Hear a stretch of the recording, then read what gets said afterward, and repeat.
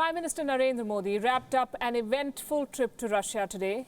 He was visiting Vladivostok, that's Russia's far east. On the second day of the visit, the Prime Minister attended the plenary session of the Eastern Economic Forum. He was a chief guest. He announced that India will extend a $1 billion line of credit to Russia's far east.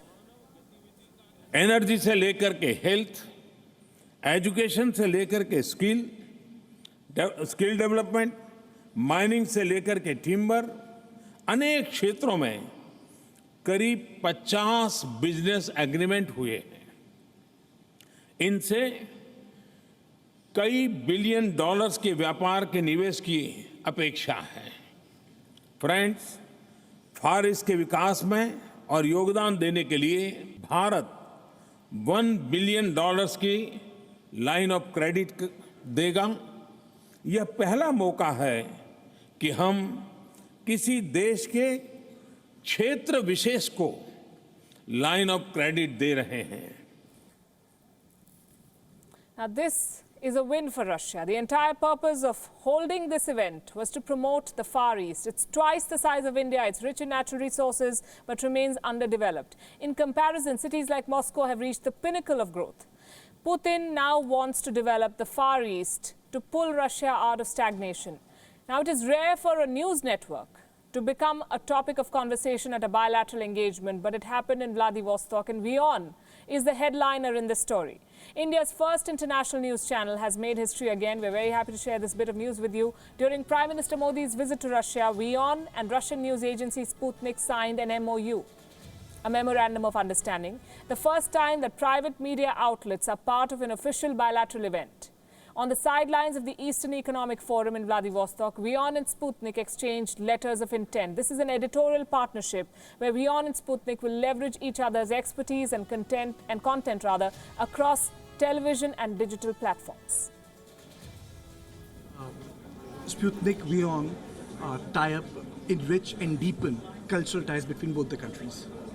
Well, I mean, of course, the cultural ties between our countries are already pretty deep. I mean, we have a very long history of relationships. But I've been talking a lot to our Indian colleagues, to our Indian partners, to journalists in India, and they still don't know much about Russia.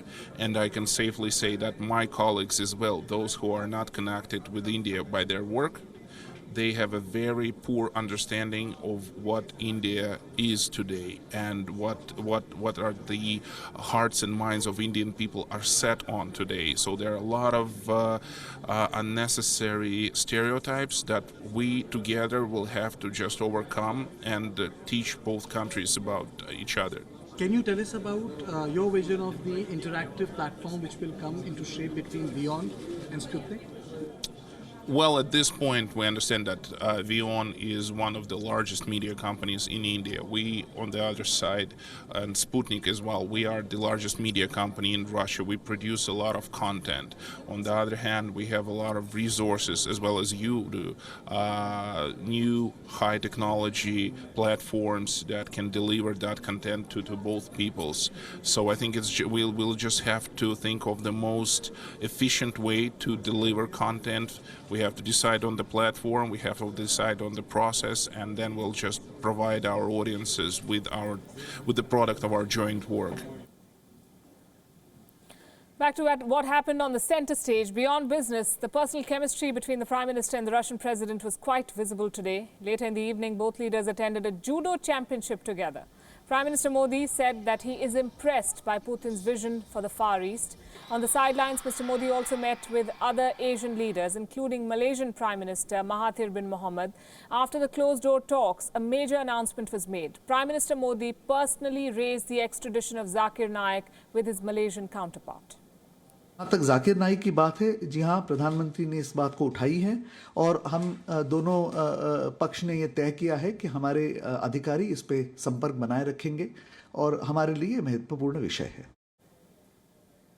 Prime Minister Modi also met with Japan's Prime Minister Shinzo Abe. The Japanese leader will visit India in December for the annual India-Japan Summit. A 2+2 dialogue between the defense and foreign ministers of both sides is also in the pipeline.